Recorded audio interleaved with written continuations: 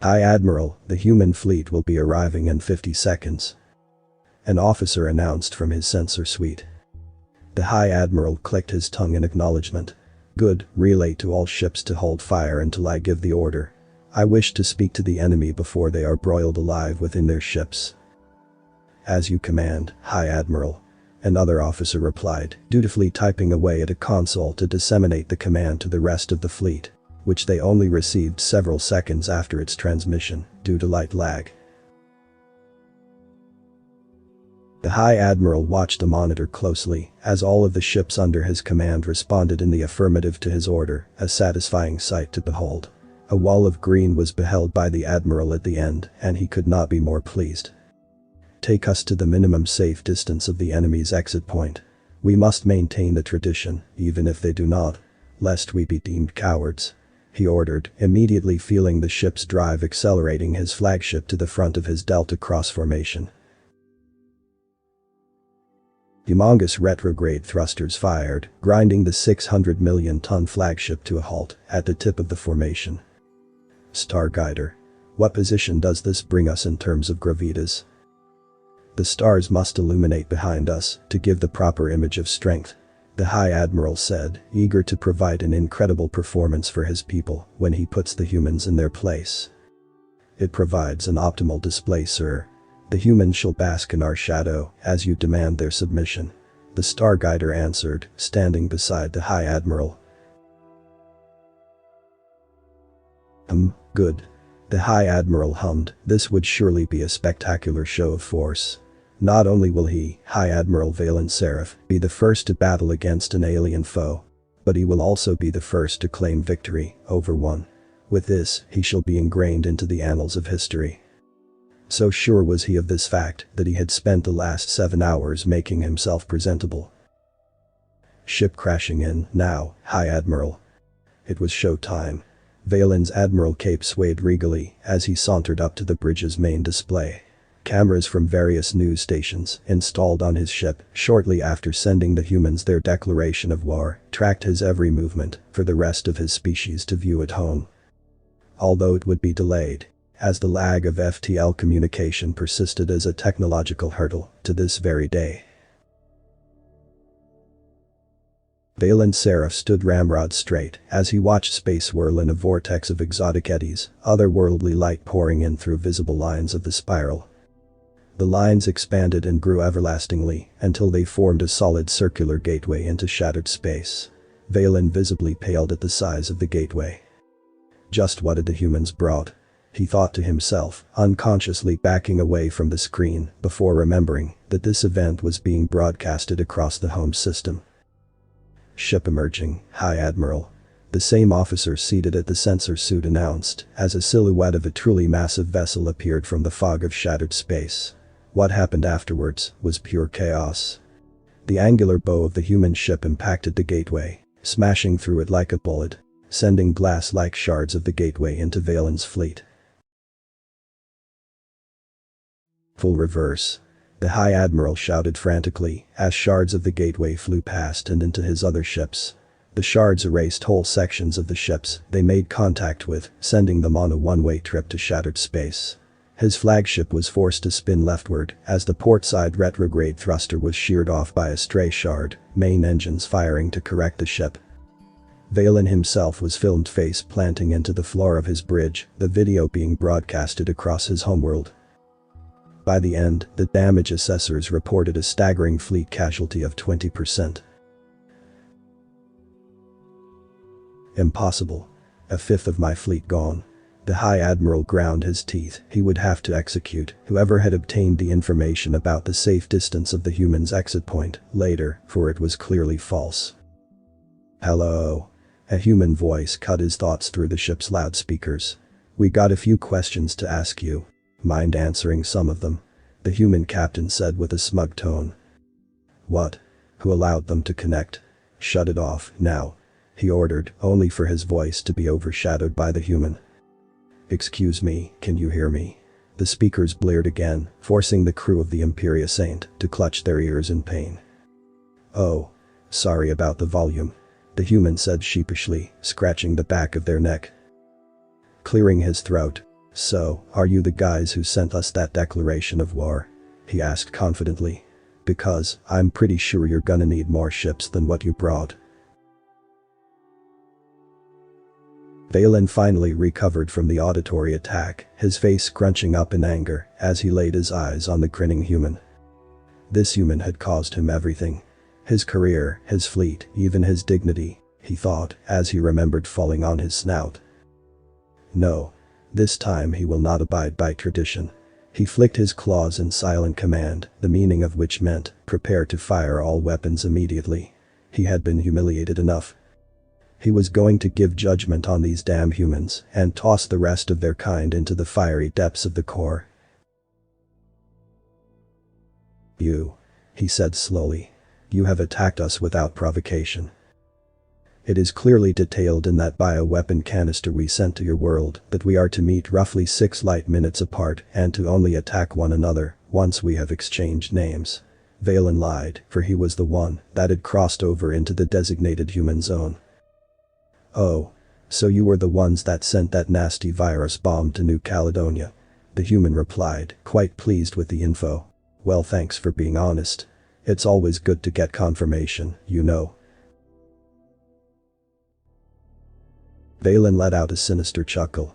"What I know, human, is that your bloated target of a ship is about to become your own personal inferno." He laughed. "And for your dying thoughts, I was the one that sent out the declaration. Hope your species enjoyed cleaning the infected remains of the victims of the nerve flame virus. Now, die." And with a flick of his tail, tens of thousands of cruisers fired off their batteries, their nuclear payloads hurtling towards the large human vessel. Valen thought that those final words would instill at least some fear into the human. But instead. "What the fuck did you call my ship?" the human said, staring intently at Valen, uncaring of the fact that he had admitted to attempted planetary genocide. Everyone in the attack was fine. Most just reported itchiness around the groin. "David. Rewind the audio, I want to hear it out from that scaly fuck's mouth just to make sure I heard what I heard." "Yeah, boss. I'm right on it," said an off-screen officer. The audio rewound to the exact point it was said, and the repeated utterance caused the human captain to collapse in a heart attack, risking rage. "David," the captain said in between pants. "Change priority 1 to getting that motherfucking lizard on my ship." "Yes, sir," David replied without hesitation. The human captain then turned his gaze back to Valen and pointed to him. "I will skin you." The transmission ended then and there, causing mild confusion for the rest of the crew of Imperial Saint and pants-soiling terror for Valen. "Wow, when will the nuclear-tipped slugs make contact?" Valen stammered out, hoping to all that is mighty that the shots hit and don't somehow just come flying back at them. "In about 10 seconds, High Admiral. We should see their fusion engine explosion any time now," the sensor officer replied assuringly. And so the bridge crew waited, and waited, and waited, and waited, and waited. Slowly but surely, Valen's fear had become infectious, resulting in the chairs of all the bridge crew being rather soaked. "High Admiral, I think it is best we retreat," the crewman attempted to say, before his head was splattered open by a piece of shrapnel that came out of nowhere. "We got a hull breach," another one said, moving to seal up the hole. "Full retreat," Valen ordered, gripping his armrests till they split open and revealed the soft cushion underneath.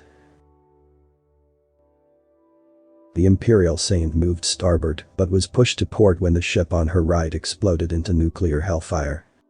This served as a catalyst for the rest of Valen's fleet to follow, as ships from left to right, up and down, and well, just the back of the ship, considering the Imperial Saint's position as the spearhead, erupted into glowing balls of plasma.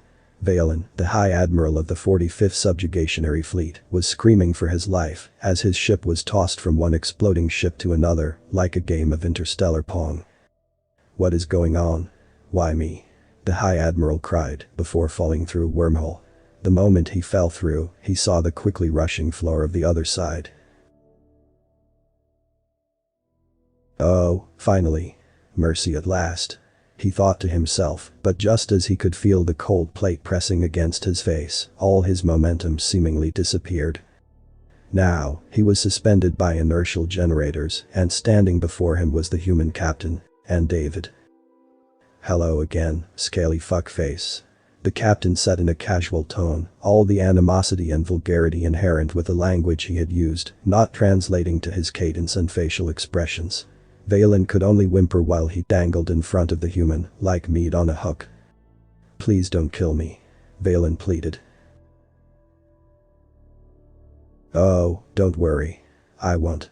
I forgot to say alive before, so I get why you're scared," the captain said, play acting, hands held up in the associated gesture. "But you're gonna have to wait a bit. My skinning knives are still undergoing sharpening, so in light of that, I'm gonna tell you what's in store for you. Ready?" the human captain asked, getting a negative shake from the High Admiral. "Alright. First I'm gonna inject you with this no pain serum, since I don't believe in torture. Also keeps you from dying from shock. Then I'm gonna see how many alligator skin blankets I can make from you and show you the results. Finally, I'm gonna sell them on the market and make some money. Does that sound good to you, partner?" Why?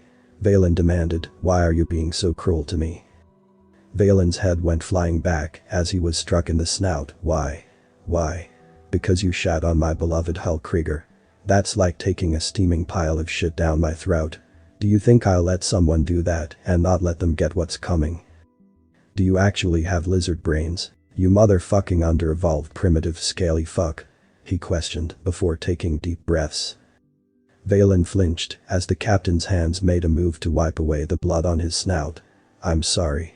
I forgot you weren't on the serum yet," the captain apologized. At that moment, David walked in, carrying a few long but thin knives. About damn time. David, go stick him with a needle.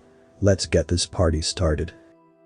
And as David plunged the needle into Valen's forearm, the only sense left was hearing. "Don't worry about the pain. The serum really works," David whispered into his ear. "Just get used to seeing your own skin, is what I would say. But you're already a lizard. So you're probably used to seeing your shed skin anyway. Well, good luck."